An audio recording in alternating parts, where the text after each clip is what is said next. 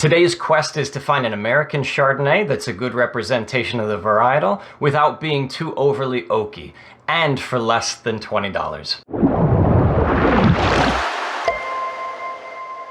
Welcome to the Wine Fool. When it comes to Chardonnay, my gut reaction is to say no. And I think that's because most of us are used to the American version of Chardonnay, which tends to be heavy on the oak, very creamy. I think Chardonnay tends to be polarizing.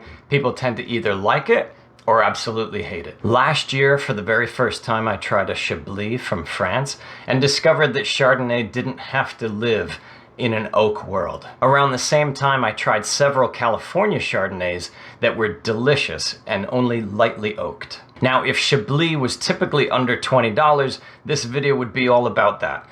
Unfortunately, it isn't. Instead, to try and keep the price point down, I've got a couple of California Chardonnays that come in under or around $20. Let's see if my picky Chardonnay palate agrees.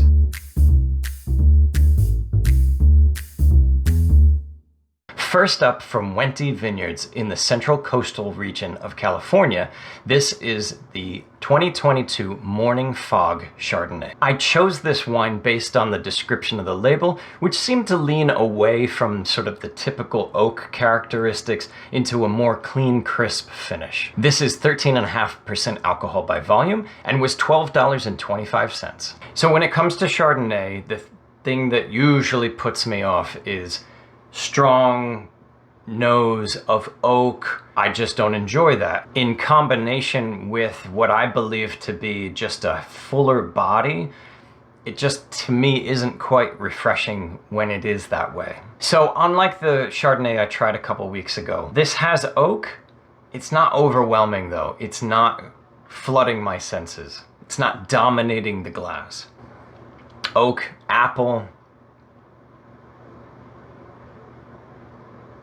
It's really quite pleasant, actually. Cheers. Not bad. This might have been sitting out. They've been sitting out a little longer than I had expected, so they might be a little warmer. It's probably right at that cusp, though. It's right on the edge. It's quite pleasant. Again, I'm not a huge fan of Chardonnay. Sometimes even just the aspect of the varietal, having tried several like non-California, trying Chablis, there's sort of a core characteristic of Chardonnay. It's still not my favorite white wine. That's okay. This is quite pleasant and a great price point. A little oaky, dry, just a hint. Great. Yeah, I would say this is a great price point. This is a really pleasant Chardonnay from California. Really enjoyable, atypical.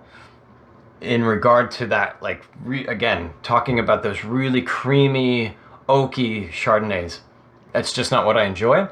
I could drink this, and I will. Wine Fool level 1, maybe even Wine Fool level 0.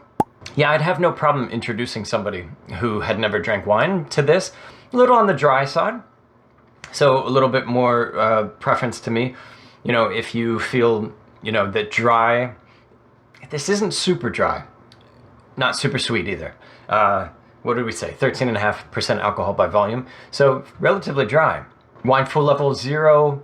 If you're, you know, afraid of a little bit of dry, maybe this is the Wine Fool level 1. Somebody who's more established is going to enjoy this quite a lot.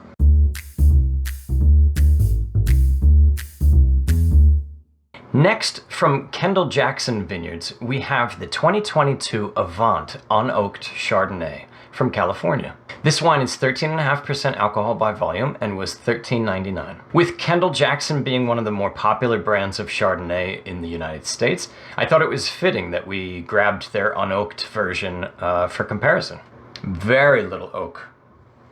I mean, it says unoaked, there's like a little hint, and maybe that's just my familiarity with the smell of, sort of the typical smell of Chardonnay. We're getting some of those tropical fruit notes. Very light on the aromas though. A decent gold color, but more leaning towards that yellow. Cheers. A little bit heavier on the palate. Same alcohol, which is interesting. The acidity might be higher. It definitely feels like it's got more body than the first one, the Wente. Not bad.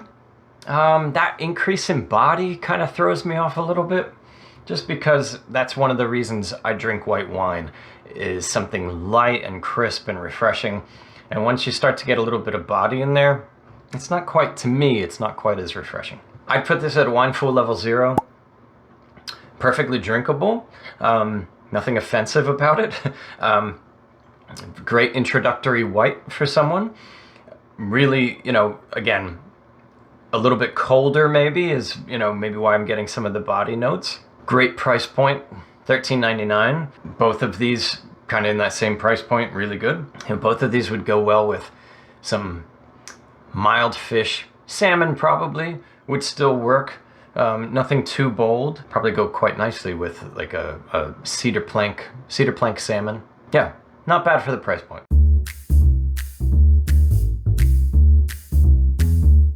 Lastly, and pushing the price point just a little bit, we have the 2019 Stationmaster from the Russian River Valley in California. Shout out to Andy at the Princeton Wegmans for this recommendation. This comes in at 13.9% alcohol by volume, so just slightly above the other two, and this was $21.99, which pushes it just above our $20 price point. Let's see if it's worth the premium. That yellow gold color.